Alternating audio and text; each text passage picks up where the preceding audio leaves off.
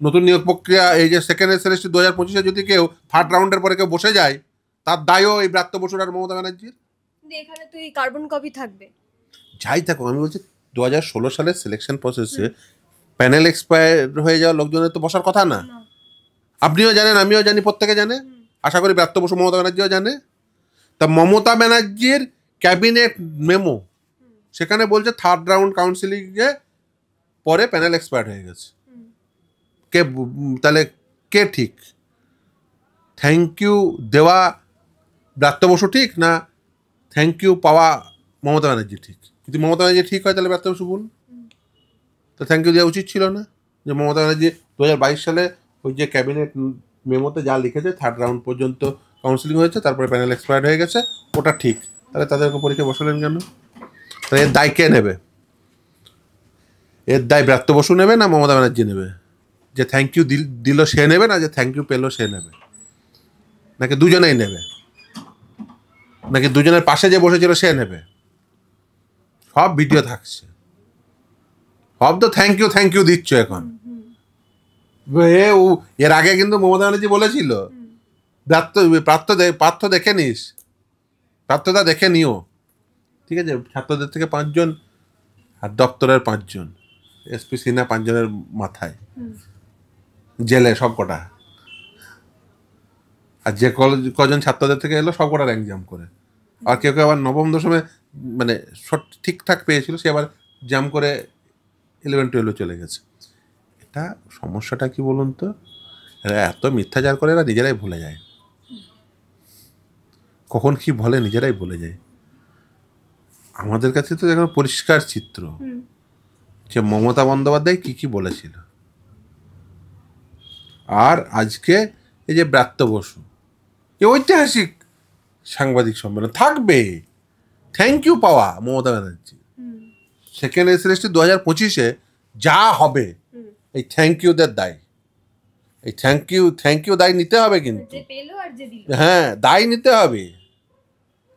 দ্বিতীয় হচ্ছে এই যে ধরুন মডেল অ্যান্সার কি বেরিয়েছে, ছেলেমেয়েদের জিজ্ঞাসা করুন তো, ইংলিশ এডুকেশন কী সব বলছে ছেলেমেয়েরা, জিজ্ঞাসা করবেন তো যে মানে অ্যান্সার কি যারা তৈরি করেছে, এই মডেল অ্যান্সার কি ছেলেমেয়েরা এখন থেকেই পাঠাচ্ছে। দেখুন স্যার, এই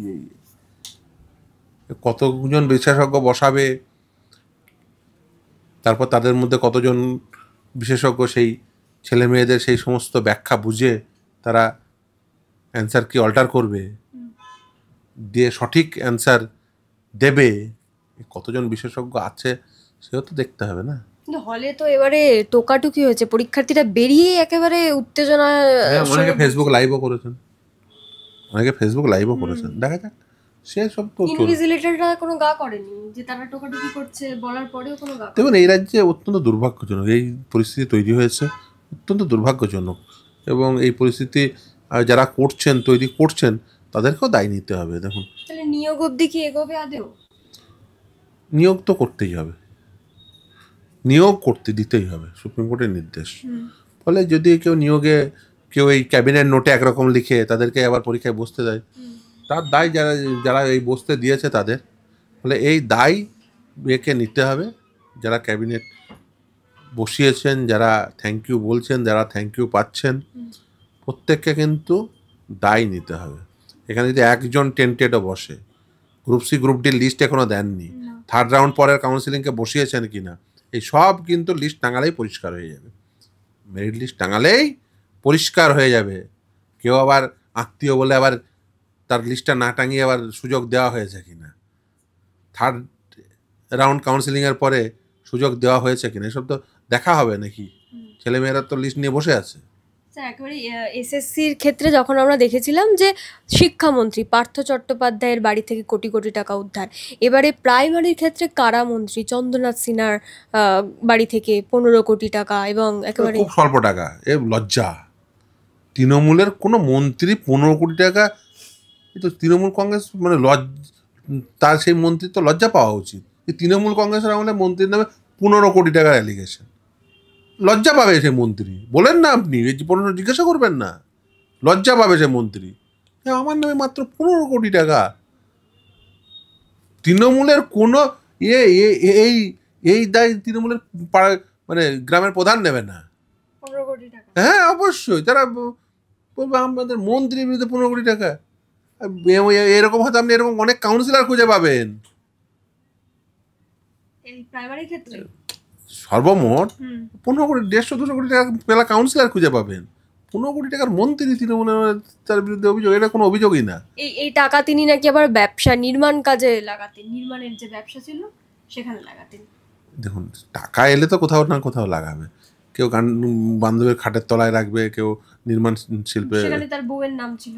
সে অনেকের নাম থাকতে পারে, কেউ বান্ধবীর খাটের তলায় ঢুকিয়েছে, কেউ বইয়ের নামে রেখেছে, যাই হোক করেছেন, কি করা যাবে। কিন্তু প্রাইমারি ক্ষেত্রে এই যে আপনারা বারংবার বলছেন এই দুর্নীতিটা নাকি ভয়ঙ্কর, এসএসসির থেকেও মারাত্মক, মানে কি হবে এই এত শিক্ষকের যদি চাকরি চলে যায়, ছেলে মেয়ে? যেমন বিষয়টা আপনারা শুধু চাকরি চলে যাওয়ার জায়গায় রাখছেন, আপনারা এটা জায়গায় ভাবছেন না যে এলিমেন্টারি এডুকেশন যারা পাচ্ছে তাদেরকে যে সঠিক গুণগত মানসম্পন্ন শিক্ষা দেওয়ার জন্য রাষ্ট্র বদ্ধপরিকর। রাইট টু এডুকেশন অ্যাক্টে বলা আছে যে 6 থেকে 14 বছর বয়স্ক প্রতিটি শিশুকে, আমাদের এবং সংবিধানে অ্যামেন্ডমেন্ট আনা হয়েছে, অ্যামেন্ডমেন্ট এনে রাইট টু এডুকেশন অ্যাক্ট আনা হয়েছে, যে 6 থেকে 14 বছর বয়স্ক প্রতিটি শিশুকে কম্পালসারিলি স্টেটকে গুণগত মানসম্পন্ন শিক্ষা দিতে হবে। যে রাইট টু এডুকেশন, বাট সেই right two education include quality education. আপনি এই কোয়ালিটি এডুকেশন দেওয়ার জন্য কোয়ালিটি টিচার প্রয়োজন। আপনি কি কোয়ালিটির টিচার প্রোভাইড করছেন? সাদা খাতার মাস্টার। এমন পরীক্ষা নিয়েছেন তার ওএমআর শিটই নেই, না মিরর ইমেজ রয়েছে, না ফিজিক্যাল কপি রয়েছে, বলছেন এডিটেবল কপি। প্রাথমিকে তো ওই জেলায় জেলায় যে ডিপিএসসি ছিল সেই ডিপিএসসি পর্যন্ত নেই, সেটাও অবৈধ। অবৈধ। ডিপিএসসি চেয়ারম্যানের কোনো গ্যাজেট হয়নি নিয়োগের, ডিপিএসসি নেই তার কোনো গ্যাজেট হয়নি, মানে ডিপিএসসি আছে এরকম কোনো গ্যাজেট হয়নি। কি হবে? গোটা মানে নিয়োগ প্রক্রিয়াটিকে নিয়ে এরা ওই টাকা তোলার জন্য ইভেন ট্রান্সফারে দুর্নীতি করেছে একদম। বলে এই একটার পর একটা দুর্নীতি করেছেন ওরা, এই পুরো ব্যবস্থাটাকে টাকা ইনকাম করার মেশিন হিসেবে ব্যবহার করেছে। একেবারে অন্য প্রসঙ্গে যাবো। মুখ্যমন্ত্রী পুজোর অনুদান দিয়েছেন এই যে এতগুলো ক্লাবকে 1,10,000 করে, এবং কুণাল ঘোষ আজকে যেটা বললেন যে এইবারে পুজোতে অর্থনীতি যেটা হবে, আয় হবে 1,00,00,000 কোটি টাকা ছাড়িয়ে যাবে। বিরাট অর্থনীতিবিদ বলে দিয়েছেন, এরপরে আর মন্তব্য করাটা অনুচিত। বিশ্বের সেরা অর্থনীতিবিদ যখন বলে দিয়েছেন এরপরে আর মন্তব্য করা যায় না। 1,00,00,000 কোটি টাকা পুজোর, বিশ্বের সেরা অর্থনীতিবিদ বলে দিয়েছে, এরপরে আর মন্তব্য করা যায় না। কিন্তু এই যে টাকাগুলো মুখ্যমন্ত্রী তো দিচ্ছে ক্লাবগুলোকে, কিন্তু তারপরেও চাঁদা তোলা নিয়ে বচসা এবং আহত হচ্ছেন পুলিশ কর্মীরা। দেখুন, তৃণমূলের রাজ্যে, মানে তৃণমূল শাসিত রাজ্যে তোলা নিয়ে, চাঁদা নিয়ে মারামারি হবে না তো কোথায় হবে? ওদের এই দলটাই তো চলে তোলার উপরে, চাঁদার উপরে। স্বাভাবিক, এটা কোনো অস্বাভাবিক কিছু না। তাহলে 1,10,000 মানেটা কি? তারপরে বাড়াতে হবে তো, অনেক কিছু তার দাম বেড়েছে আবার। জিএসটিতে তো দাম কমার কথা। আরে আপনি যে জিএসটির যে জিনিস ভাবছেন, তারা কি আর সেই জিনিসের কথা ভাবে? যারা 1,10,000, মদন দাকে জিজ্ঞাসা করবেন, মদন মিত্রকে, তারা মদন মিত্র ভালো বলে দিতে পারে। আপনিও বলুন। মদন মিত্র ভালো বলে দেয়, তৃণমূলের নেতা মদন মিত্র ভালো বলতে পারবে এসব ব্যাপারে।